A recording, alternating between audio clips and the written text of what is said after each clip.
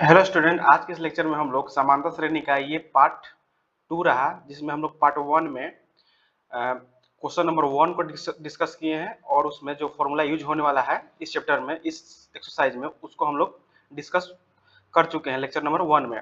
आज हम लोग डिस्कस करते हैं लेक्चर नंबर 2, जिसमें सबसे पहला प्रश्न है आपका कि दी हुई एपी में 4 पद लिखिए, जबकि उसमें आपको ए और सार्वंतर यानी कि डी को दिया गया है।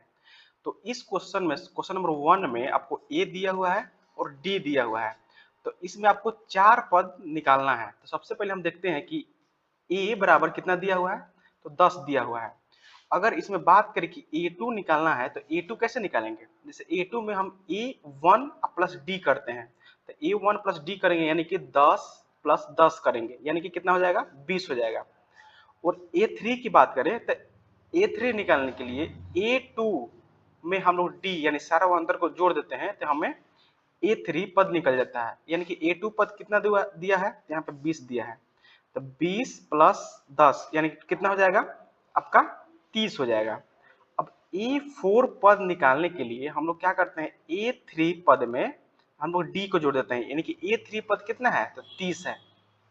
तो 30 में हम लोग अगर 10 यानी कि D जोड़ते हैं तो यानी कि कितना हो जाएगा? 40 हो जाएगा।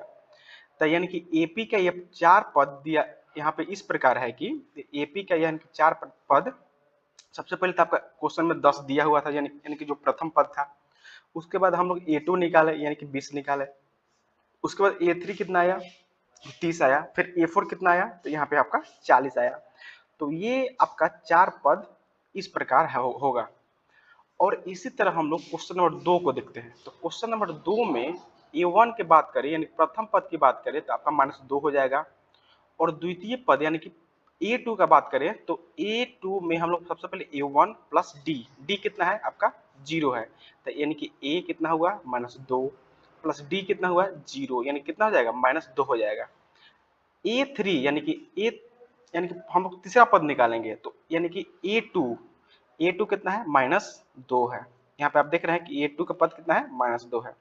और इसमें हम लोग 0 ऐड करेंगे, यानी कि 0 क्यों लिख रहे हैं? क्योंकि हमको ये D का मान है, और इसमें जोड़ेंगे तो कितना होगा आपका? -2 होगा। अब देखिए A4 निकालने के लिए A3 पद यानी कि A3 पद कितना आया? -2। तो -2 प्लस D कितना? 0 करेंगे तो -2 आएगा।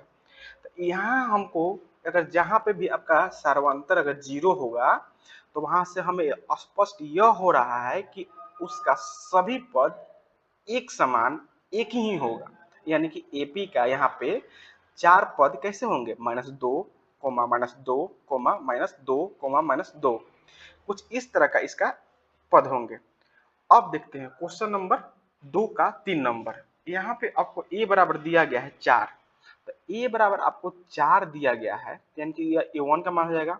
और A2 का मान निकालने के लिए आप यहाँ पे A1 प्लस D करेंगे। तो A1 का मान कितना है? तो A1 का मान है आपका यहाँ पे 4 आया।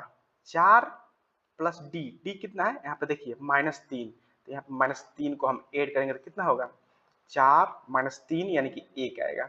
और A3 निकालने के लिए A2 प्लस D करेंगे। तो A2 कितना है? तो A2 यानी कि आपका 1 हुआ यहाँ पे। तो 1 प्लस D यानी कि 3 करेंगे तो यहाँ पे कितना आ जाएगा आपका? 4 आ जाएगा। ठीक है।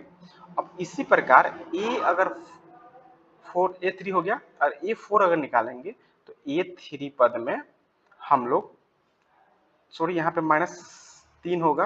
अगर -3 D का मान होगा तो यहाँ पे आपका आ जाएगा -2 आएगा। ठीक है।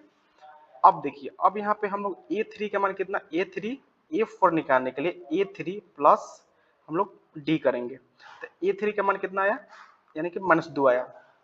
तो A3 का माइनस हम लोग लिखेंगे -2 प्लस D का मान कितना? -3। तो कितना हो जाएगा आपका? यहाँ पे आपका हो जाएगा 5, -5 हो जाएगा। ठीक है। तो आपका कुछ AP का श्रेणी कुछ इस प्रकार रहा। कैसा रहा? सबसे पहले तो 4, 4 के पास है 1 आया, 1 के बाद -2 आया, उसके बाद -5 आया। कुछ इस प्रकार आपका ये आया। अब देखिए, अब हम लोग ध्यान देते हैं कि क्वेश्चन नंबर कितना 4 की ओर। क्वेश्चन नंबर 4 में ए बराबर आपको कितना दिया है -1, डी बराबर कितना दिया है -1/2 दिया है। ठीक है, तो ये आपका बिल्कुल आसान है, आप निकाल भी सकते हैं A1, A2, A3 और A4। ये आपको होमवर्क में रहा, आप इसको होमवर्क में रखिए और बनाकर कमेंट बॉक्स में A1 क्वेश्चन नंबर लिखना है कि 2 का ये क्वेश्चन नंबर कितना है 4 है, आपको होमवर्क के रूप में ये आपको लिख बनाकर कमेंट बॉक्स में लिखना है। ठीक है, अब ध्यान दीजिए क्वेश्चन नंबर कितने की ओर। अब हम लोग चलते हैं क्वेश्चन नंबर 3 की ओर। तो क्वेश्चन नंबर 3 में आपको बताया जा रहा है कि निम्नलिखित में से प्रत्येक एपी के लिए प्रथम पद और सारवंतर लिखें। यानी कि आपको बोल दिया है कि यह एपी में है, तो आप इसका प्रथम पद यानी कि एक 1 का वैल्यू कितना होगा और सार अंतर यानी कि डी का वैल्यू कितना होगा। तो आप ये देख रहे हैं कि जब अगर ये एपी में है तो पहला जो स्टार्ट हुआ है तो वो आपका एपी में होगा, तो यानी कि आपका 3 प्रथम पद हुआ। और सारवंतर निकालने के लिए दूसरा पद में कोई भी दूसरा पद लीजिए, उसके पहले वाला पद को घटा दीजिए, तो यानी कि माइनस हम लेते हैं ए, ये आपका ए, यहाँ पर ध्यान दीजिए A1 रहा, A2 है, A3 है और A4 है। अब देखिए तो यहाँ से A2 में से हम A1 को घटाते हैं, तो A2 कितना है 1 में से हम अगर 3 को घटाएंगे तो कितना आएगा -2, तो यानी कि आपका प्रथम पद 3 रहा और सारवंतर कितना रहा -2 रहा। अब देखिए क्वेश्चन नंबर 2 में आपका प्रथम पद यानी कि A बराबर A1 इक्वल टू -5 रहा। जबकि बात करें सारवंतर यानी कि डी का वैल्यू कितना होगा, यानी कि दूसरा पद माइनस पहला पद यानी कि A2 - A1, तो A2 का वैल्यू कितना है यहाँ पे, तो ये A1 है, A2 है और A3 है और A4 है। तो A2 का वैल्यू कौन है, ये वाला है, तो यानी कि -1 हमको घटाना है कौन सा पद A1 पद, तो A1 पद कितना है माइनस फिर -5। अच्छा डबल माइनस कैसे आया, क्योंकि ये तो आपका फॉर्मूला का माइनस रहा, क्योंकि माइनस हम लोग प्रथम पद करेंगे, लेकिन प्रथम पद में भी माइनस है, तो यानी कि -1 प्लस यहाँ पे 5 हो जाएगा, तो यहाँ पे इक्वल टू कितना होगा, यहाँ पे आपका 4 आएगा। ठीक है, तो ये आपका कुछ इस प्रकार रहा कि ये आपका प्रथम पद होगा, ये आपका सारवंतर रहा। ये आपका क्वेश्चन नंबर 3 का आपका ये 2 नंबर क्वेश्चन रहा। ठीक है, अब ध्यान दीजिए, अब आगे हम लोग चलते हैं क्वेश्चन नंबर 3 का 3 की ओर। तो क्वेश्चन नंबर 3 का 3 में इस दोनों में से हम कोई एक बता दे रहे हैं, अब जो बोलिएगा। ठीक है, जैसे कि हम ये क्वेश्चन बताते हैं। ठीक है, यहाँ पे आपको बोला जा रहा है कि A1 का वैल्यू हो जाएगा 1/3।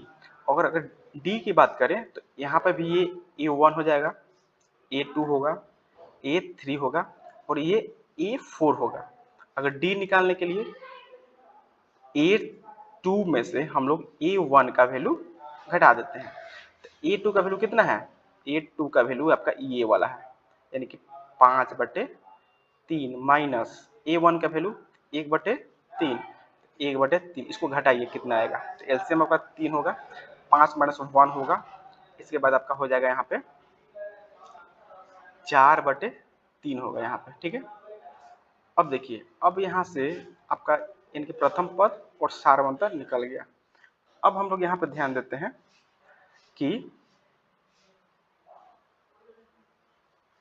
क्वेश्चन नंबर 2 की ओर। देखिए 2 भी आसान है। ठीक है, अगर हम बना ही देते हैं, ठीक है, अगर 2 भी आसान है, अगर ये आपका A1 का वैल्यू रहा, A2 का वैल्यू रहा, A3 का वैल्यू रहा और ये पूरा A4 का वैल्यू रहा, यानी कि पूरा दशमलव में है। ठीक है, अब ध्यान दीजिए, तो A1 यानी कि प्रथम पद A1 का वैल्यू कितना रहा 0.6। अब सारवंतर यानी कि D का वैल्यू अगर बात करेंगे तो A2 - A1 निकालिए कितना होगा, तो A2 का वैल्यू कितना है 1.7, हमको घटाना है कितना 0.6, यानी कि A2 ये आपका कौन किसका वैल्यू रहा A1 का रहा और ये आपका A2 का वैल्यू रहा। घटाइए, हम कुछ इस तरह लिख रहे हैं ऊपर नीचे क्योंकि आपको घटाने में आसानी होगी। ठीक है, तो यहाँ पे से 7 में से 6 जाएगा तो कितना होगा, ये दशमलव है, आप यहाँ 1.1 आएगा, ठीक है, यानी कि 1.1 आएगा। तो यानी कि आपका प्रथम पद 0.6 और सार्वंतर 1.1 रहा, ठीक है।